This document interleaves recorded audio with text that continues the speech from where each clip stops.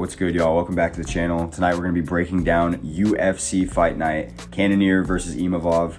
Should be a decent little scrap. You know, Cannonier's 40 years old, which is kind of wild, and Imavov, I feel like he hasn't really shined in these big spotlight moments, but hopefully we just get a good, decent fight, unlike both of their last main events, which were god-awful.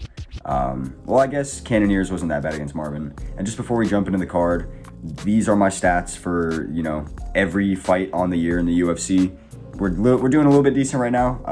If I can get this main event correct tonight, we're going to start to build a little bit of a win streak and hopefully pull out of this 50-50 rut that I've been in. But regardless, let's just get right to the card. Starting off with Puja Tomar taking on Rayanne Amanda.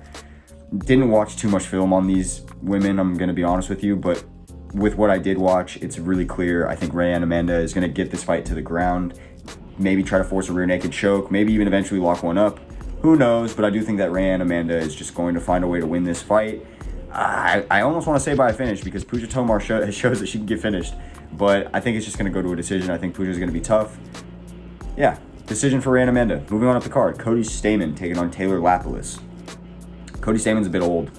I mean, like, not physically, he's actually not that old, but in terms of the fight game, he's decently old, and you could just tell that he doesn't seem to have it the way that he did at one point. Taylor Lapilus, on the other hand, fresh in the UFC. He's around his prime. I don't remember his exact age, but I know he's decently young, and he's looking pretty crisp in all of his fights. He hasn't looked that bad. So I'm going to side with Taylor Lapilus, staying on the outside, counter-striking Cody Stamann a lot. I would be surprised if there was a finish. I could see him landing like a counter straight and it rocking Cody bad, and then he gets the follow-up, but I would be surprised. So I'm going to count on Taylor Lapilus getting this one done by decision. I almost never want to say prop something by unanimous because as you see with these judges, they will just straight rob your bets and give one fight, or one of the judges will give a fight to somebody that never even won a round, and it makes it really risky. But if you want to be risky, bet Taylor Lapilus unanimous decision. Moving on up the card, Eduardo Mora taking on Denise Gomes. Here's my problem with this. It's summertime right now. Summertime last year, Denise Gomes knocked out a 10-0 prospect from Mexico that she was looked at as she wasn't supposed to beat. I don't remember the odds at that point, but I know there was something crazy towards Denise Gomes. She was a major underdog. Now she's taking on Eduardo Mora, who has like maybe one fight that's gone to a decision. She finishes all of her other opponents, and she's 10-0, and it's summertime. That makes me nervous. I want to side with Eduardo Mora. I think it should be a pretty obvious decision win for Eduardo Mora because Denise Gomes is tough enough not to get finished, I feel like. But you never know. This is a fight I don't know if I'd bet on just because Denise Gomes could actually catch her, and she's a decently sizable underdog right now. I'm going to side with Eduardo Mora by decision. I do think she's more well-rounded. I think she's tough enough to not just get put out. But Denise Gomes throws bombs, so be on the lookout for that fight. Up the prelims, Daniel Marcos taking on John Castaneda. John Castaneda, despite the fact that we don't see him too often, is 4-2 in the UFC. He's not that bad at all. He's quite good. But Daniel Marcos, I think he's at that level where at this stage of bantamweight, he's going to be able to protect his O. I think he's going to be able to dance around the cage, land those leg kicks, land those teeps up the middle, snap his jab, and really frustrate John. Maybe even make him walk into some more shots. And I think Daniel can even mix up the grappling a little bit well on John Castaneda. Obviously, you never know, especially with these lower weight class fights. Like sometimes they just put on crazy wars, and one of the other fighters looks much better. But I'm going to side with Daniel Marcos. I think that he keeps his O, and I'm going to take him by... Let's go ballsy. Let's say a TKO because I don't see that happening. Let's just go the opposite. Moving on up the card, Andrea Lee taking on Montana De La Rosa. Andrea Lee sucks. I'm taking Montana De La Rosa by a decision. Moving on up the card, Brad Katona taking on Jesse Butler. Hard fight to call, man. Let me just look at Jesse Butler's record as of recent. Yeah, no, he lost to Jim Miller, bro. It's a different style of fight, I know. But that's his only fight in the UFC. Man, I forgot about this guy. That knockout was tough. Yeah, no, I'm starting with Brad Katona. I mean, I already was probably going to just because Brad's quite underrated, but this is the type of style matchup where I feel like he can land good shots and get his takedowns even, which I think are going to be big in this fight. So I'm going to be trusting Brad Katona to get this one done by a finish. I cannot trust a guy that's gotten knocked out by Jim Miller, bro. Moving on up the card, Charles Radke taking on Carlos Pratis. This is a good fight because Charles Radke, if I'm not mistaken, yeah, he beat Gilbert Urbina and Mike, and I trusted him to beat Mike. I did not trust him to beat Gilbert Urbina. That was a good win. That shit caught me off guard. He lost to Eric Anders in grappling. I hope Carlos Prates is the underdog here because I think he's going to knock Charles Radke out bad. This guy, Carlos Prates, his style is amazing. I love watching it. I think the last time I saw him was a couple months ago when I was out in Vegas. It's Trevin Giles, right, when I was out for the Super Bowl. And he caught him with that straight left in a fight that he was having a tough time too. And I called that. I said it was going to be his toughest fight to that point, and he was probably going to be losing on scorecards. Then boom, he quits the knockout. I've got to trust a guy like that. Anytime somebody perfectly wins me my money on their first fight in the UFC and they do it how they're supposed to, yeah, no, we're bringing you right back to the squad. Carlos Prates by knockout. Moving on up the card, Thiago Moises taking on Ludovic Klein. This is such a hard fight to call. There's a lot of fights like this on the card. Ludovic Klein is such a good striker, and he has really underrated wins in the UFC.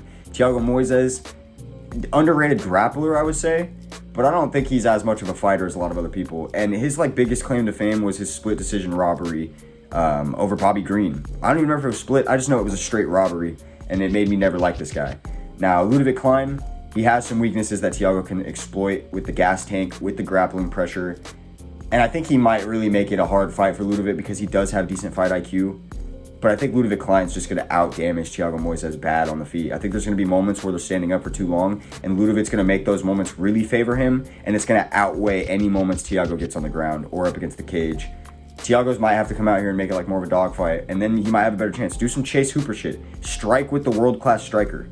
I'm going to trust Ludovic Klein. I think he is a little bit of an underdog. This might be one of my first underdogs of the card. I'm going to lock him in at a TKO. Moving on up the card, Punahele Soriano taking on Miguel Baeza. This guy fights still in the UFC. I haven't seen him in 2 years. He's taking on Punahele.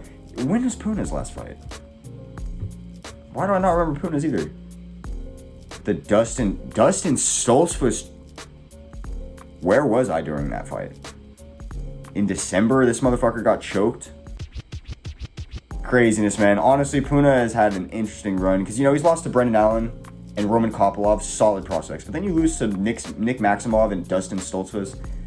Weird losses to have on your record. He's like, what? What is that? If you count the Contender Series, he's 4-4 in the UFC. It's tough. Miguel Baeza was looking really good all the way up until 2021 in his career. And then he started to look just like Andre Fialho. And he actually lost to Andre Fialho. So, man, with the wrestling, I'm going to trust Punahele. I also just think Miguel Baez's chin is not going to be able to take some of these overhands that Puna swings. He's going to have to catch him coming in like a sniper. And I don't know if he's going to be able to do that. So I'm going to trust Punahele Soriano to get this one done by a knockout. Moving on to the feature fight of the prelim. Well, okay, I'm confused. I think Puna was actually the start of the main card. This is set up weird on Tapology. Julian Marquez taking on Zach Reese. Zach Reese got slam knocked out by Cody Brundage, and he actually looks decent when you watch his fights and his highlights, but he's such a can crusher that I don't think he's going to be able to take on somebody like Julian that actually has real experience in the UFC. Now, you never know because Julian just is that type of guy to get wins over people he shouldn't and then lose against people he shouldn't. But I'm going to trust him to probably be able to get Zach Reese out of there. I feel like this is going to be a good scrap while it lasts. Julian Marquez should be able to outdamage him. Moving on up the card, Bruno Ferreira taking on Dustin Stoltzfus. Speak of the devil. Well, this guy can get a win over a big powerhouse like Punahele. He might be able to do it. Nah, man, but that Avis performance and that Gerald Mearshart performance and that Kyle Dalkaus performance, Adolfo Vieira, Bruno Ferreira by knockout. There's so many fights on this card that I think genuinely can end by a knockout finish, and that's awesome. It's always fun to prop. It's always fun to watch for. Bruno Ferreira has just bombs in his hands. Dustin Stoltzfus, whoa. Dustin Stoltzfus has decent grappling, but Bruno Ferreira is explosive enough that I don't think he's going to get caught in a rear naked by Dustin. I'm going Bruno Ferreira by a first round knockout. Moving on up the card, Raul Rosas Jr. taking on Ricky Tercios. Man, I really liked Ricky Tercios when he was on The Ultimate Fighter. I thought he was young Tony Ferguson, or little one, bantamweight Tony Ferguson. The way he won The Ultimate Fighter and beat Brady Hiestand, who was actually a pretty solid prospect in his own right, that wins aged well. It just made it seem like he was going to really quickly shoot up the sporting world. And it's been years. He has not advanced in his career at all. Sometimes that's what happens. And he's had, that rough fight against Ayman Zahabi. It's hard to call because I do think Ricky Tercios, based on skill and heart and everything, beats Raul Rosas, especially because age plays a factor when Raul's just so young. He's a young guy. I feel like you can really big brother people like that in combat sports sometimes. Raul Rosas, though, he's a strong kid, and he really is going out of his way to train with some of the best. I remember that performance he had against Christian Rodriguez, and that's a slippery, hard fighter to take on, but Ricky is similar. So even though Ricky's the underdog, and I understand why, I am going to side with Ricky Turcios. I do think that he's gonna surprise people with this win and put himself right back on the map. So I'm going to trust Ricky Turcios by a decision. Let's call it a split decision, even though I think he's going to clearly win 2 rounds. Moving on, co-main event of the night. I need to just get this out of the way so I can stop having mini strokes. Dominic Reyes versus Dustin Jacoby. Now, I want to pick Dominic Reyes because I do think this is actually a fight he can bounce back from his losing streak on. It's just a winnable matchup, but Dustin Jacoby, he's really good at kickboxing. He's technical as fuck. And it's just hard to want to pick somebody like Reyes when we haven't seen him win in so long. It's just been so fucking long, and that chin got busted by a jab in one of his last fights. So, as much as I like Reyes, and he really did kind of earn fans out of all of us after that fight with John Jones, I'm going to have to side with Dustin Jacoby. He's just shown to have more of a chin. He's shown to just be better lately, and he's a lot more active. So, we're going to trust all that. And then we have the main event of the night, Jared Cannonier taking on Nasruddin Imavov. As I mentioned at the beginning of this video, Jared is 40 years old, which is craziness. 40 years old competing in combat sports, but he still looks good. And he just had that amazing win over Marvin, despite the fact that it was like a whole year ago now, which is Jared's main problem, dude. He takes too long with how old he is to be getting back into the cage. He should be fighting, if he wants that title, he should be fighting faster. Nasruddin Imavov is who I originally picked when this fight was announced. I figured, his style, he'll be able to stay at range, maybe mix up the grappling decently, not be able to hold Jared down, but just do enough to win on the scorecards. But now I'm kind of flipping my pick. I think Jared Cannonier is a really difficult matchup for people on the feet. I think Izzy made it look easier than a lot of people give credit for.